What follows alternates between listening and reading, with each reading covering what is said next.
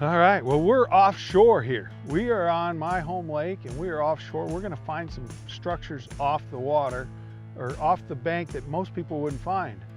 So I taken my Garmin. If you look here, I froze the screenshot of what it is. This is an old log out here on a big flat, and there's not a lot to hold them on some of these lakes. This big old log is one place that does. So using my electronics, I found it. Now I'm gonna use my front electronics. I'm gonna use my LiveScope Plus, and I'm gonna dial in on it to make the casts on it. So many times people say, well, they're living on trees, they're living on brush piles, they're living on stumps. That's fine, but you need to find those objects in the right depth. So when I go out fishing, I'll have some areas that are in 5 feet, have some areas that are in 10 or 12, some areas down 17 to 20. And one of those depths, you're gonna start getting some bites. And that's the biggest thing, process of elimination. Have structures that they'll hang around, but also vary your depths. Basically, there's the log that I'm fishing, 35 feet out that way. So I'm gonna make my presentation now with my worm. I still have it pointed, you can see the tree. Should be able to see that thing. There goes the worm, just behind, going straight down. In behind on the other side of that tree, I'm gonna let it go all the way down. And usually on this deal, the first cast is when you catch them. Those bass, if they're in there, they're gonna bite it. And I can feel the tree, I don't feel a bass yet. Well, we started on an isolated tree that really just in the middle of nowhere. It was in a 15 foot of water, and it normally has a lot of fish, and there was a lot of fish swimming around it. Now, I was not able to get a bass bite out of there, but you had to try it. So with the electronics now, I know I've presented the bait in the place they should be. There's nothing else really around here. There's not really any other cover if there's gonna be a bass there. So now I'm gonna go to a different depth and find more structures. That's the pattern of offshore fishing, finding that depth. For whatever reason they're there. It might be the bait, it might be the temperature, it might be the oxygen. Most of the time it's the food. The food's there, so that's what we're gonna do. You know, vertical walls and man-made structures are great structures to catch fish, but they don't always live up on them. So what I found is I like to look around those areas, and with this electronics, when you look outside of a wall like this, all of a sudden you see all these big logs. You can see the wall, and out away from it, you have all this underwater structure that that's where your boat usually sits. And that's the structure I'm gonna fish now. You can make some casts on the wall and you might catch some.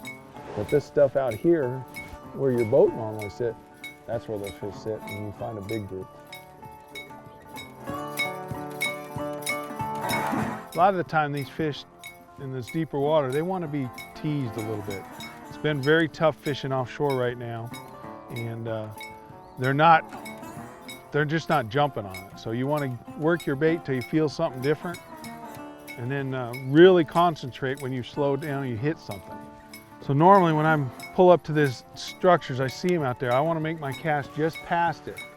And I see the worm hit, it's going to go past that structure. I'm going to let it go all the way to the bottom. And I'm going to work that worm into that structure. Normally those fish will be sitting on or around that structure as it comes in contact when you're gonna get that bite. So I'm just gonna drag it slow, hop it slow, until I get that contact. There it is, I'm feeling it right there. That's where that bite's gonna come, right there. If I'm gonna bite it, right when it makes contact. Some bluegills down there, some little fish chasing it. Don't see any bass. Not a big one, but missed him a couple times. Oh, that's what they are. That's why they're hitting it so hard. Big old green sunfish. Who'd have thunk that? This is a little different rig, and it's been getting popular more in the East Coast. It's been very popular on the West Coast for a little while. And it's called the free rig. And basically you're using a drop shot weight that doesn't have a clasp on it. It's got an open round bend, and you're just using the weight to slide up and down. Almost like a Texas rig, except the fact that this slides much easier. But other than that, I have a Texas rigged Berkeley Speed Boss by Skeet Reese, and it's a nice little swimming worm, has a good action. Now the key to a lot of the guys fishing this rig is that they jerk it off the bottom. So it's sitting on the bottom like this. They'll jerk it up, and this weight will actually come up and separate, hit down, and then the worm will swim. It has a lot of weird action, you know, hopping it. Well, we've tried some deeper structures in that 15 to 20 foot zone and have not got a bass bite, some bluegill bites, some small pecks. So we're gonna go a little shallower. We're gonna move up. If they're not catching them in that deeper water, they're up a little shallower feeding. So we're gonna go try some shallow areas. Everybody knows they can pull up to a lay down tree and throw a worm in there and you might catch a fish. But if you can find that same lay down tree out in 20 feet of water in the middle of nowhere, you're gonna catch a fish also. So these are my underwater eyes. I'll use my side view on my Garmin, I'll use my mapping on my Garmin, and I'll use the 2D sonar to find these things, back off them, use my Live Scope Plus to line up and make that cast to that target. And now it's like I can see underwater everywhere.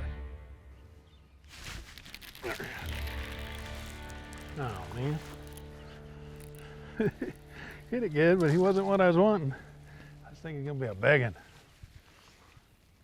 Little feisty little guy. Yes, they don't know if they're 1 pound or 10 pounds, do they? They just think they're gonna eat everything they see.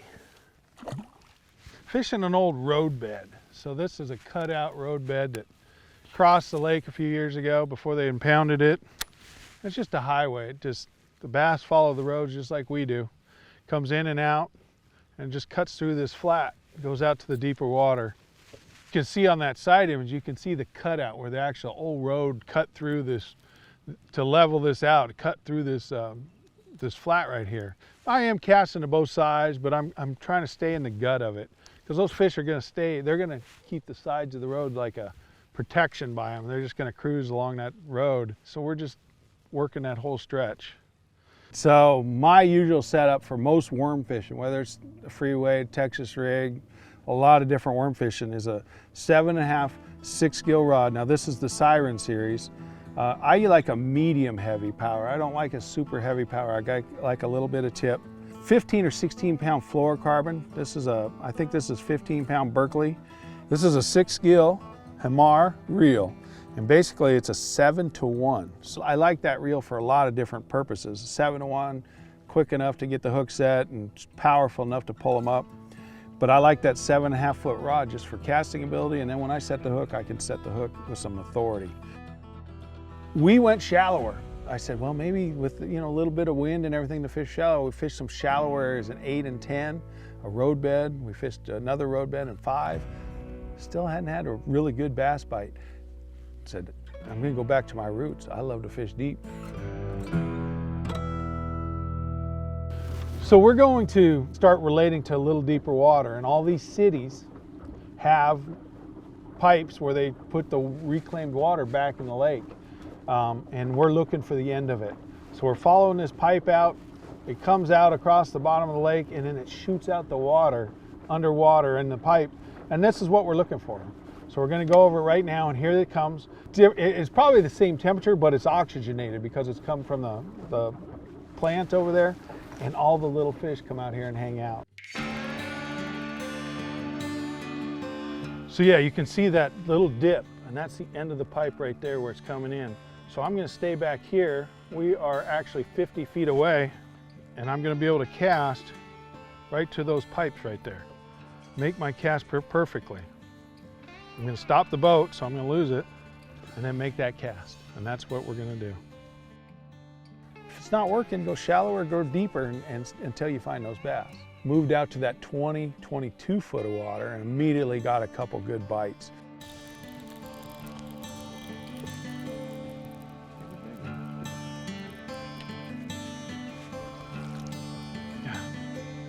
He bit it. Sitting on the reclaimed water. Whenever I catch a fish, I go right over there with my depth finder and say, that fish was in 20 feet. That's a clue. But he actually was where I wanted him to be. That's sort of interesting. Don't think he'd go much over 1.25 pounds, but a bite. There could be big ones there too. So my process now would be more areas that have structure in that depth. There he is. That's a good one. See him fighting. They're not that big. I thought he was bigger than that.